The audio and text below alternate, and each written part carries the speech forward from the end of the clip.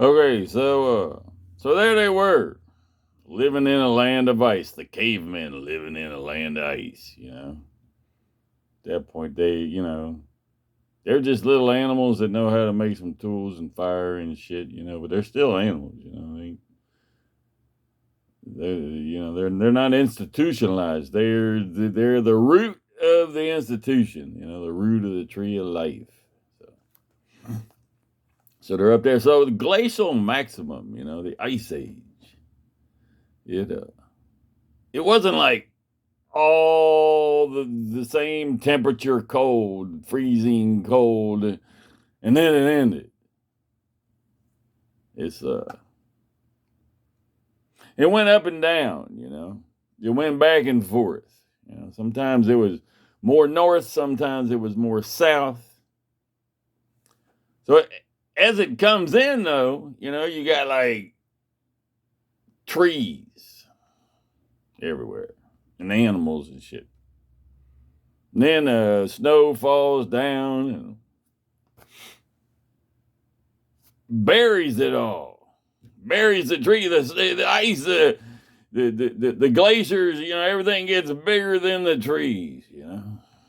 So, and then okay, if you haven't watched, you got to watch part one to know what I'm talking about when I talk about a land of ice. So then the cavemen retreat. And they go find the southern the south side of the plateau that's warm water, and the north side's frozen. They're living in the ice, and well, then like 1,000 years later, it gets warm for a while.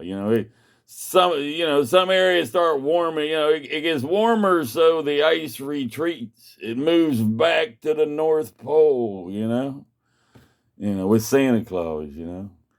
And so when it does, see, there's all these dead trees under there and shit, right? And animals. I mean, I think that they followed the ice. The cavemen, they followed the ice back and forth. When it started to retreat, they followed. They watched the vultures. Because they could see the vultures spinning around and say, hey, there's some fresh meat over there melting out of the ice. Like the woolly mammoth, so they run over there, chase the vultures away and shit.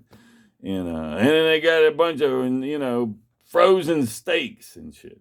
Frozen woolly mammoth steaks. But see, as this is happening, there's lots of floods and great big chunks of ice grinding down the surface of the earth and shit, and it all floods, it's like these big mountains of wood, you know, you know.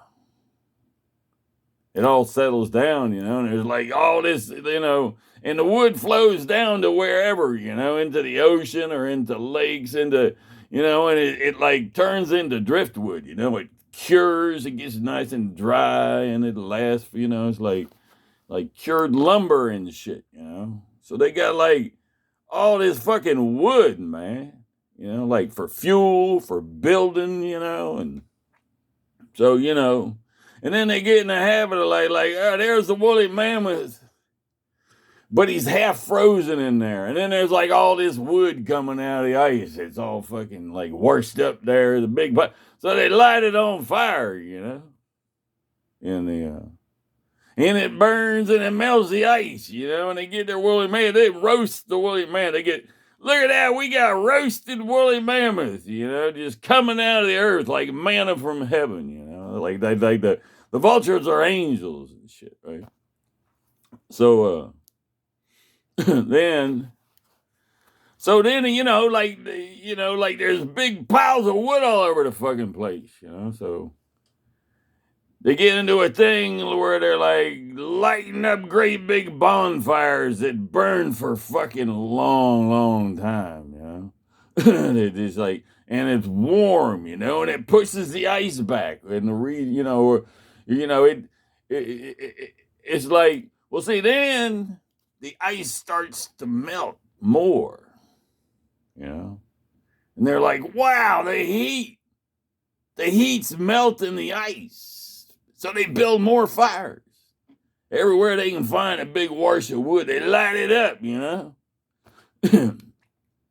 and the ice starts going away. Like, wow, we're curing the ice age, you know? We're like the gods and shit, you know? And well, see what a lot of people like nowadays. People talk about like global warming. The ice is melting, global warming and shit. You know, but if you look at the real science, what they're saying causes the melting is not it's aerosols and soot, mostly from wood fires. That goes up from the wood fire, and it migrates over the ice, and it falls down, and it's black, little teeny specks of black that you might not even be able to see. But see, the ice white, the white ice reflects sunlight back out into space, reflects the heat back out. So, you know, that's hard to melt that shit. And then well, then it gets this nice little layer of fucking soot and aerosol, little black, microscopic black specks across it. And it starts to hold the heat, you know, and then they're down there like, wow, you know, they think the fire itself, the heat from the fire is going up in the sky and it's warming area. It's like, wow, we're melting the ice. So it's like, well, you know, in a sense it is, but it's the area that, you know, so so they come up with this whole culture, you know, and they're melting it and they're getting wood out of it and they're getting dead animals. You know, it's like a life, you know, it's a self-sustaining lifestyle, you know, and so then they reach a point where they end the ice age. You know, they don't end it. You know, we're still in the ice age. When we're not in an ice age, there's no Arctics. You know, it's all melted. That's the ice. You know, that's what they call it, an ice age.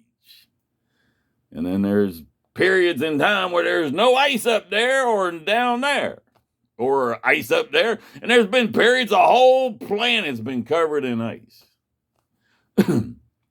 And whole times there's the whole planet's there's no ice and it's fucking hot. It goes up and down, and I ain't gonna go into. I mean, I know how the whole thing works, but so then they get to the end of their ice age. See, that's what you look at the story of Phaeton, the Apollo's illegitimate son, that Apollo lets ride his chariot across the sky, the one that Apollo always drove, you know. So he lets Phaeton drive his chariot once, because, you know, Phaeton begging him, come on, Paul, come on, I'm your illegitimate son. I didn't know you for most of growing up, and you got to feel guilty about that. Let me ride your chariot, your chariot, See? You know. And then as the story goes, you know, Phaeton fucks up, you know, and the sky falls, everything fucks up, you know, everything that Apollo did right, he fucked it up, you know. It's like, see, that's the younger Dryas. That's like Phaeton is like, there was this, you know, Apollo and his crew, Hyperborea people, you know, they're the fire, they're the people burning the fires to melt the ice. And then Phaeton took over and he fucked it up. And the ice came back. And then they had to, and then see, that's when they built civilization, because they said, oh, I see, you know, they run out of wood, you know, and it's like, oh, we got to get everybody on the planet burning fires to warm up the atmosphere to keep this ice back, you know. They still don't probably understand. Well, maybe they did, because it's like by the road out on my street, like the ice is pushed off to the side, and you got these piles that stay longer than the rest of it, and you eventually start seeing little black specks in it and shit, and you can watch. There'll be like a black speck, and then there'll be a little hole that like melts down where the black speck is. Because it's catching the sun while the white stuff is reflecting it, or like where there's pebbles in it, little black pieces of dirt. You see it, it melts down, it starts to sink while the rest of the ice don't. See, so, and, and then you got the Ophanum, which is God's chariot in Ezekiel. Chariot. Charcoal. Like like a lot of them mythologies, they're telling the real story. It's not about how the world was created, it's how civilization was created. How they, the original guys, built all this shit we got now. Excuse me. But it's like real, unbelievable story. Well, then it gets twisted over time. But there's reasons for that too, because these people kept themselves very secretive. Like from the beginning. I mean, they started out just being isolated. And then they come out of there all advanced, and they start. Well, see that's another thing. Like, okay, so like the Haley history with Kaylee talking about the Laurentide ice sheet. Like that melted, like came crashing over the northeast U.S. into the Atlantic Ocean and shit. So. That would have carried, like, how much wood came crashing down with all that? It's like wood and dirt and, rocks and shit, all this ice and just fucking trillions of tons of fucking water crashing down into the fucking Atlantic Ocean. Well, see, all the dirt and shit, that gets left behind, but the wood floats on top of the water. Well, it probably all mats up, so. Because they got, like, these... so it creates like islands of driftwood, of wood and dirt and shit, plants growing in it and shit, it's like creates islands out there floating around in the fucking Atlantic Ocean, and then the Atlantean cavemen are like, hey, man, check it out, there's a floating island, and they're like, they float around on that for a few thousand years until they turn it into some, like they really learn that shit, turn it into like ships. They learn how to steer it, ride the tides. They talk about Atlantis at the entrance to the Mediterranean at the Straits of Gibraltar. It was on the south side of the strait by the Morocco and shit, and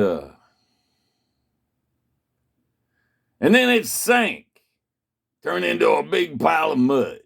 Like that's the story that Plato was talking about. But it's like, no, man, that was the Atlanteans. They done left the land of ice because it's melted. And they come down south on one of their probably a great big island, probably. Because I think what they had is they learned that they'd have big round islands and then surrounded, like they'd be tethered to smaller ones, and they'd all sail together. And I mean, they had like a whole thing. Well, see, you gotta understand, during the Ice Age, the fucking ocean sank, went down like 400 feet. Like 400 feet, that's like a 40-story building lower. So all the land around there was 40 stories higher, So you got to figure, the oceans was probably a lot more calmer then,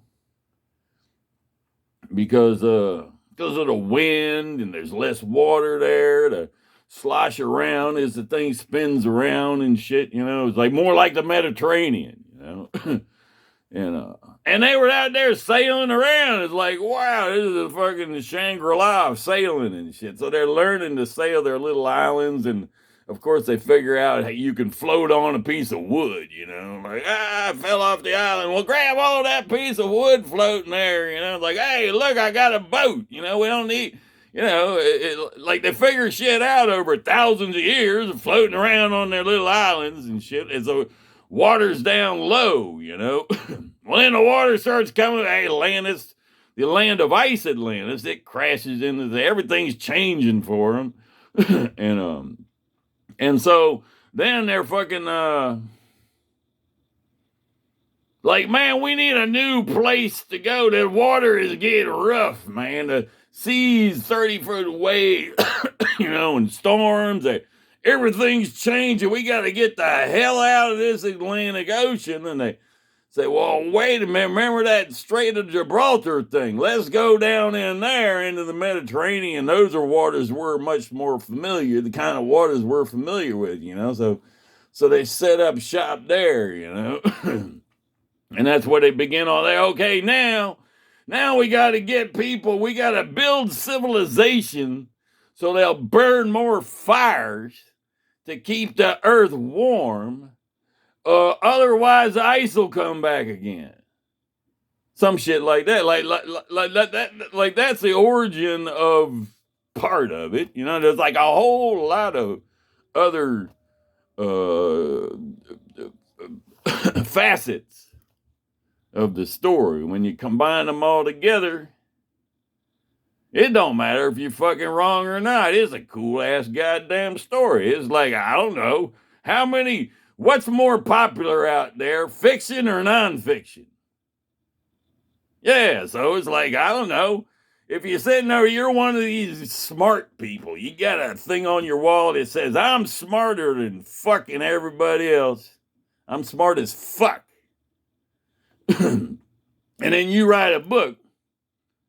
Like, shit, man, how many people read that book? And I would be one of the ones that I would read it, I like to know stuff. But then you got the guy who just makes up a bunch of shit. Everybody's going to read that book, see? Nobody's going to read the other book, And then the smart people who read the book that's just a bunch of made up shit, they get smarter reading it. It makes them think, wow, even if it's obviously all bullshit, it still makes you envision stuff, makes you use your mind's eye to see stuff like like a movie playing as you're reading, like that helps people be smart other than just sitting there looking at numbers and reading data and all that shit, thinking they're smarter than everybody else. You got to have some creativity, and then, so you start looking at the Ice Age without, without rules. You start looking at Atlantis, you start looking at history, and without rules, it's okay to be wrong. It's like if you're wrong 1,000 times because you just like getting stoned and thinking about shit. And you sit around with other people, hey, listen to this one, They do that all fucking year long, Friday, Saturday night, and then one day you hit on something you're right about. Well, that changes everything. So you get all these cool ass stories, and then you stumble on the one that's fucking right, and that shit fucking matters. See, but science is I ain't like Hancock or anything, but them people, they ain't as smart as they make themselves out to be. They know a lot of stuff. They know a lot of inside stuff, but what they know it about is all going on the outside. It's outside stuff. The people who are outside, they think are ignorant and dirty. It's like, yeah, but they know how everything works. They know hands-on how shit works. So they think about shit different than somebody who just reads it all in books. Like. But the smart people, they're too good to talk to, like the clean people, too good to hang out with the dirty people. But see, when you put both of them together, without one being better than the other, see, that's when you start that's when the smart people start getting ideas from the clean people start getting ideas from the dirty people. Because I'm a dirty, but I fucking got, thrown out of high school when I was 15. I got my GED and went to college for a year, but a year ahead of my class I was in college. But I mean, I ain't got no education after that. Never saw no need for it. You work with your hand, you do stuff real, and you think about it and everything else. To develop a context of the whole picture on your own,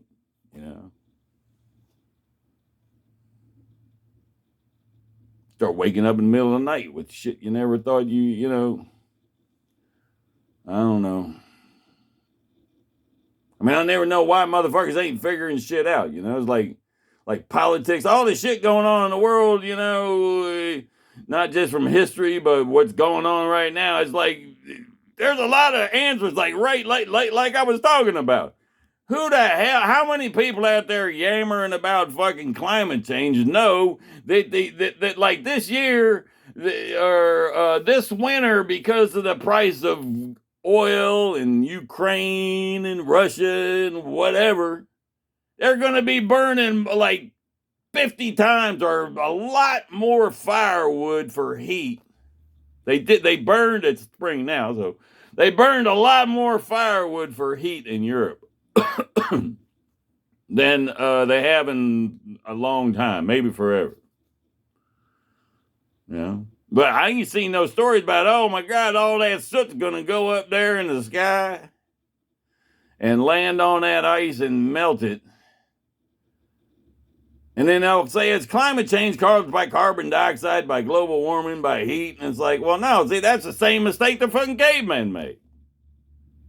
They thought it was a heat. Well, I don't know. I think they thought it was a heat from the fires, because that's perfectly logical. They built these fires that are probably like flames going up in the sky like hundreds of feet.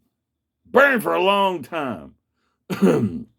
And a lot of the wood's wet, but it's so hot it's drying out and burning anyway, and sending all kind of shit up into all kind of particles, fucking